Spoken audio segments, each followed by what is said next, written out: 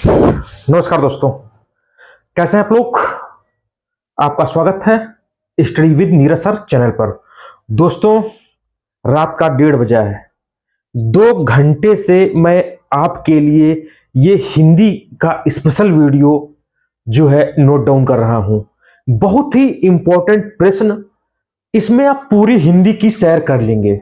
इसमें आप पूरी हिंदी की सैर कर लेंगे। और ये जो क्वेश्चन है, ये क्वेश्चन सारे चैप्टरों से हैं, जो विभिन्न प्रकार हैं। जैसे संधि के प्रकार कितने होते हैं, अव्यय कितने होते हैं, सारे प्रकारों को आप इसमें जो है देखने को पाएंगे। हर चैप्टर से प्रश्न देखने को पाएंगे। दोस्तों, अगर ये प्रश्न आपको नहीं आते हैं तो आप ये समझ लीजिए कि आपकी हिंदी बहुत ही कमजोर है। ये प्रश्न आपको नहीं आते हैं तो आप समझ लीजिए कि आपकी हिंदी बहुत ही कमजोर है। और ये प्रश्न आपको आने चाहिए। ये कलेक्शन है, ये पूरी हिंदी के चैप्टरों से कलेक्शन है। ये क्वेश्चन इजी भी हैं, ये क्वेश्चन बहुत सरल भी हैं, बहुत कठिन भी दोस्तों हैं। कुछ क्वेश्चन ऐसे होंगे तो आप पढ़े ही नहीं होंगे, और कुछ क्वेश्चन आपको बिल्कुल आपकी जबान पे रटे होंगे। तो ये आप बिल्कुल ध्यान से सुनिएगा। जो भी प्रश्न नीचे ना दिखाई दे रहा हो तो सिर्फ मेरी आवाज को आप सुनिएगा। दूसरी बात, आप अपने मोबाइल में जब ये वीडियो देखें तो ऊपर से अपनी मोबाइल की क्वालिटी, वीडियो क्वालिटी जरूर बढ़ा लें, जिससे आपको साफ दिखाई देगा। और इसका स्क्रीनशॉट मैं अपने व्हाट्सएप ग्रुप पे भी भेज दूंगा मेरे प्यारे दोस्तों। तो अब आइए हम स्टार्ट करते हैं। इससे पहले आप जो हमारे चैनल पर नए आए हैं तो आप हमारे चैनल को जरूर सब्सक्राइब कर लीजिए, जिससे आने वाली सारी नोटिफिकेशन, अच्छे अच्छे वीडियो आप तक पहुंचे। दोस्तों, मेरे प्यारे दोस्तों, आप इस वीडियो के पढ़कर आप बहुत ही जो है सरल महसूस करेंगे। हाँ, आपको लगेगा हाँ ये क्वेश्चन तो हमें आने चाहिए थे। तो आइए दोस्तों स्टार्ट करते हैं। पहला प्रश्न देखिए। पहला प्रश्न, जिस शब्द अथवा शब्द समूह के द्वारा किसी कार्य के होने अथवा कार्य का बोध हो, किसी कार्य के होने अथवा करने का बोध हो, उसे क्या कहेंगे? तो उसे कहेंगे क्रिया। क्या कहेंगे? क्रिया। वर्णों या ध्वनियों के क्रमबद्ध समूह को हम कहते हैं वर्णमाला। क्या कहते हैं? वर्णमाला। नेक्स्ट, भाषा की सबसे छोटी इकाई कौन सी होती है? तो ये होती है वर्ण। कौन सी? वर्ण। नेक्स्ट, संज्ञा अथवा सर्वनाम की विशेषता बताने वाले शब्द को क्या कहेंगे? ये हम विशेषण कहेंगे। जब कोई कर्म क्रिया के साथ रहता है तो उसे सकर्मक क्रिया कहते हैं। यदि कोई कर्म क्रिया के साथ ना हो तो उसे अकर्मक क्रिया कहेंगे। तो यहां पर कर्म क्रिया के साथ है तो उसे हम सकर्मक कहेंगे। आराम से सुनना, प्यार से सुनना, कहीं जाने की जरूरत नहीं है। रात का 1:30 बज रहा है दोस्तों, आपके लिए ये स्पेशल वीडियो हमारी तरफ से। भाववाच्य में किसकी प्रधानता होती है? भाव की प्रधानता होती है। दो निकटवर्ती वर्णों, ध्यान से सुनिएगा, दो निकटवर्ती वर्णों के परस्पर मेल से जो विकार या परिवर्तन होता है तो उसे हम संधि कहते हैं। स्वर के साथ, स्वर के साथ स्वर, अर्थात दो स्वरों के मेल से जो विकार परिवर्तन होता है उसे हम स्वर संधि कहेंगे। समास शब्द का क्या अर्थ है? समास शब्द का है संक्षेपीकरण या संक्षेप में करना। दो या दो से अधिक शब्दों से मिलकर बने हुए एक नवीन सार्थक शब्द को क्या कहेंगे? तो हम इसे कहेंगे समास। दो या दो से अधिक शब्दों से मिलकर बने हुए एक नवीन एवं सार्थक शब्द को हम कहेंगे समास। मेरे प्यारे दोस्तों, आगे बढ़ते हैं। किस समास में पूर्व पद की प्रधानता होती है? तो वो अविभाव है। किस समास में उत्तर पद की प्रधानता होती है? तो इसमें उत्तर पद की प्रधानता तीनों में होती है। तत्पुरुष में भी होती है, कर्मधारय में भी होती है और द्विगु में भी होती है। किस समास में दोनों पद प्रधान होते हैं? तो द्वंद्व समास में दोनों पद प्रधान होते हैं। किस समास में दोनों पद अप्रधान होते हैं? ऐसे ही क्वेश्चन आएंगे। अप्रधान होते हैं तो बहुब्रीहि में दोनों पद अप्रधान होते हैं, क्योंकि जब बहुब्रीहि समास आएगा तो उसमें हमें नए अर्थ का बोध होता है। आगे, जिस समास का प्रथम पद विशेषण व द्वितीय पद विशेष हो कर्मधारय समास कहेंगे उसे हम। किस समास का प्रथम पद संख्यावाची होती है? तो द्विगु समास का प्रथम पद संख्यावाची होता है, जैसे त्रिनेत्र, तिराहा, चौराहा है, ऐसे करके। समास के कितने भेद हैं दोस्तों? सिर्फ हमारी आवाज को ध्यान से सुनना। समास के कितने भेद हैं? 6 भेद हैं। काल के मुख्यतः कितने भेद हैं? काल के मुख्यतः कितने भेद हैं? 3 भेद हैं। संज्ञा के कुल कितने भेद हैं? 5 भेद हैं।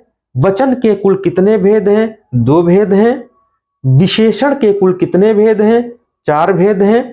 अर्थ के आधार पर वाक्य के कितने भेद हैं? अर्थ के आधार पर वाक्य के 8 भेद हैं। रचना के आधार पर वाक्य के 3 भेद हैं। और वाक्य के मुख्यतः कितने भेद हैं?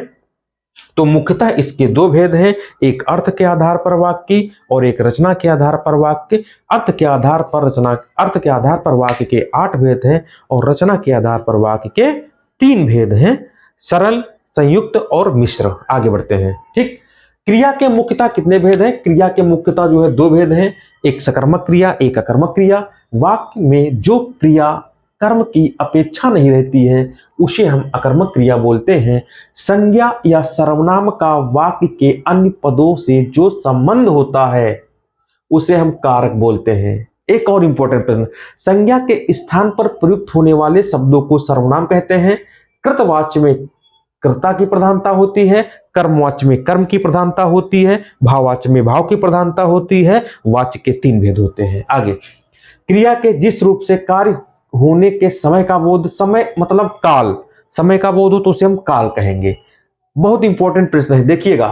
हिरिश्व, अब हिरिश्व मतलब हिरिश्वर्ण जिनको बोलने में कम समय लगे, आ ई उ, आ ई उ मतलब आ ई उ री, ये हिरिश्व वर्ण है। और दीर्घ वर्ण बड़ा आ, बड़ी ई, बड़ा उ, बड़ी ई, बड़ा आ, ये दीर्घ वर्ण है। तो देखिए, हिरिश्व या दीर्घ, आ ई उ के पश्चात क्रमशः ह्रस्व या दीर्घ, बड़ा आ, बड़ी ई, बड़ा उ स्वर आए तो दोनों मिलकर दीर्घ बड़ा आ, बड़ी ई, बड़ा उ हो जाते हैं।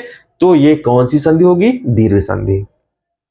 मतलब जब दीर्घ होंगे तो दीर्घ संधि हो जाएगी। दीर्घ मतलब जिस शब्द में बड़ा आ, बड़ी ई, बड़ा उ की मात्रा लगी हो वह दीर्घ संधि होगी। भाई, जिस भी शब्द में बड़ा आ, बड़ी ई या बड़ा उ की मात्रा लगी है वह दीर्घ संधि होगी। जैसे हमने कहा विद्यालय, अब विद्यालय में देखो मेरे मित्रों, बड़ा आ की मात्रा लगी है तो यह दीर्घ संधि हो जाएगी।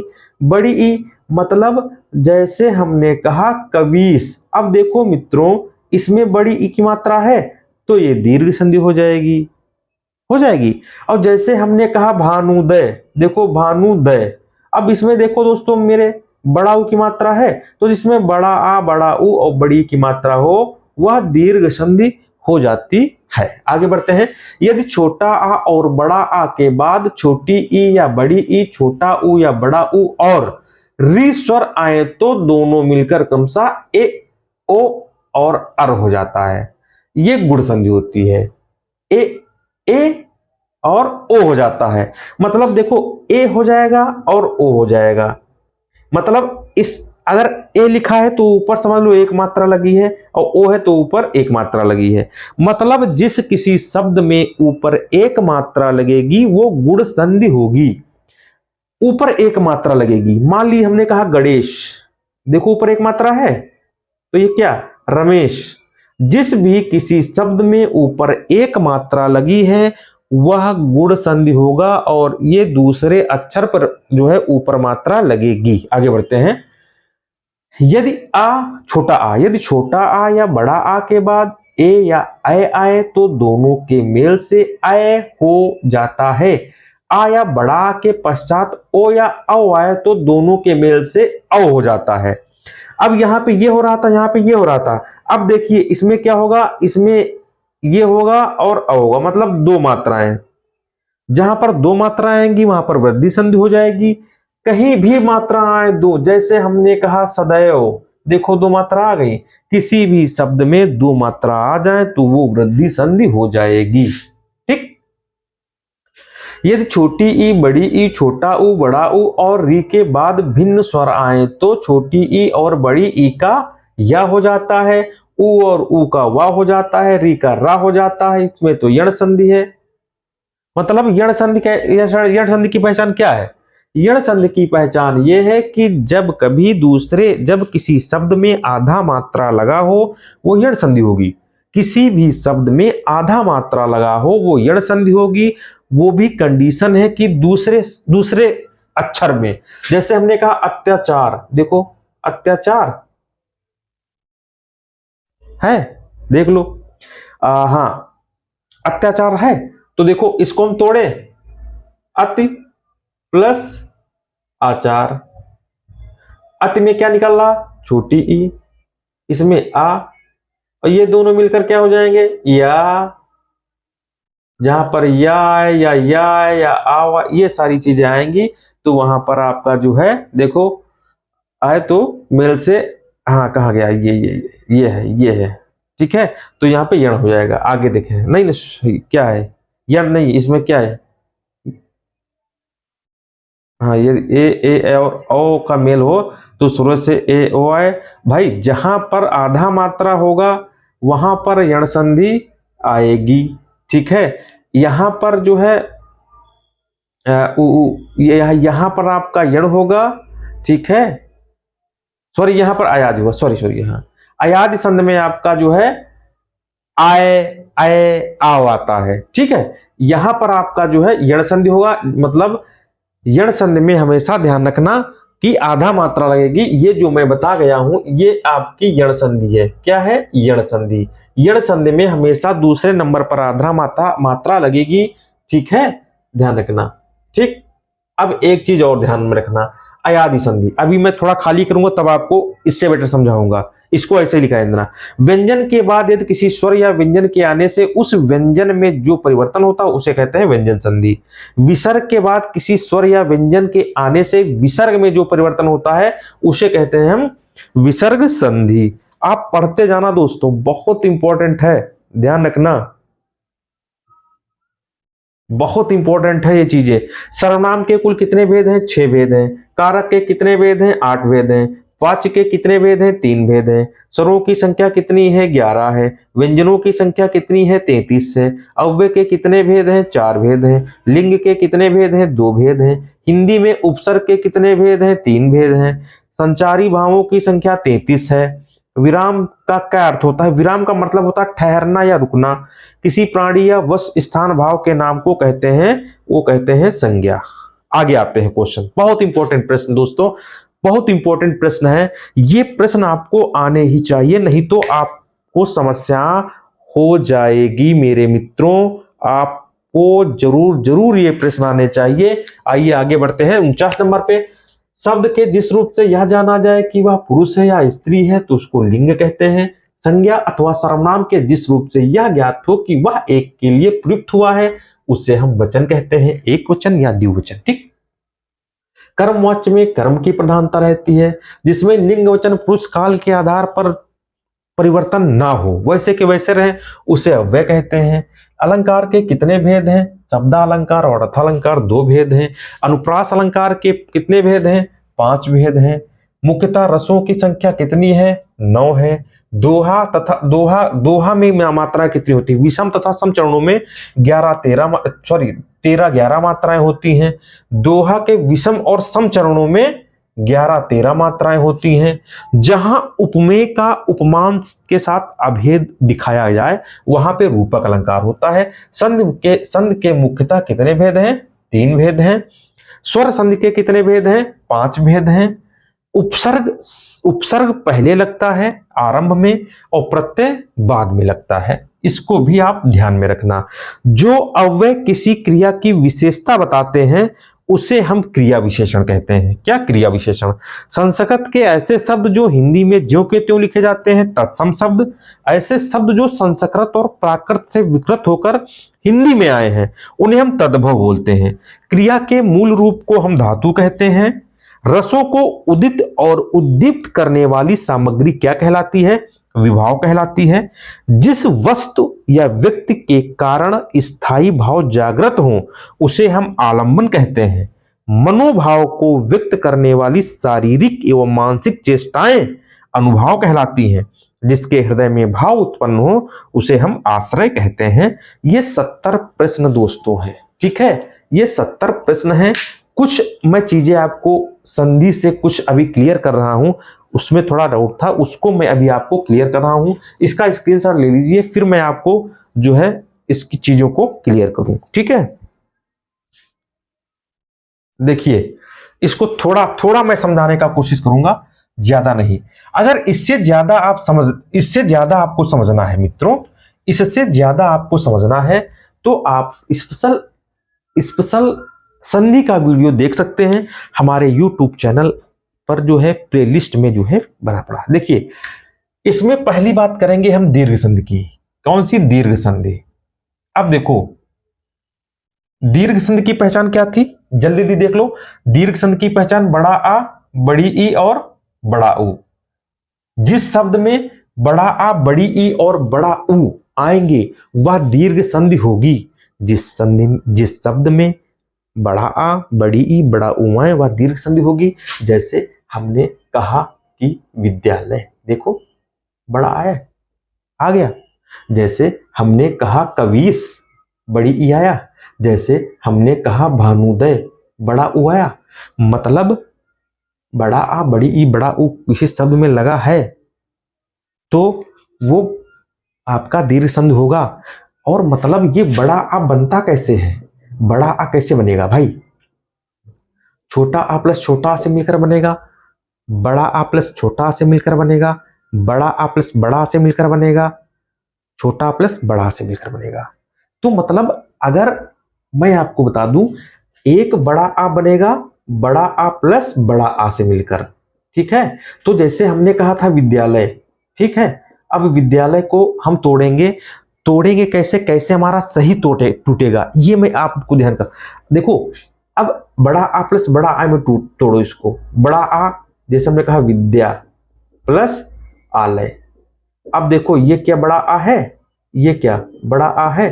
तो जो शब्द बड़ा आ बड़ा में टूट जाएगा वो दीर्घ संधि में जाएगा मित्रों। ये चीज आपको क्लियर हो गई होगी मेरे प्यारे दोस्तों। आप हिंदी को बिल्कुल आसान भाषा में समझिएगा।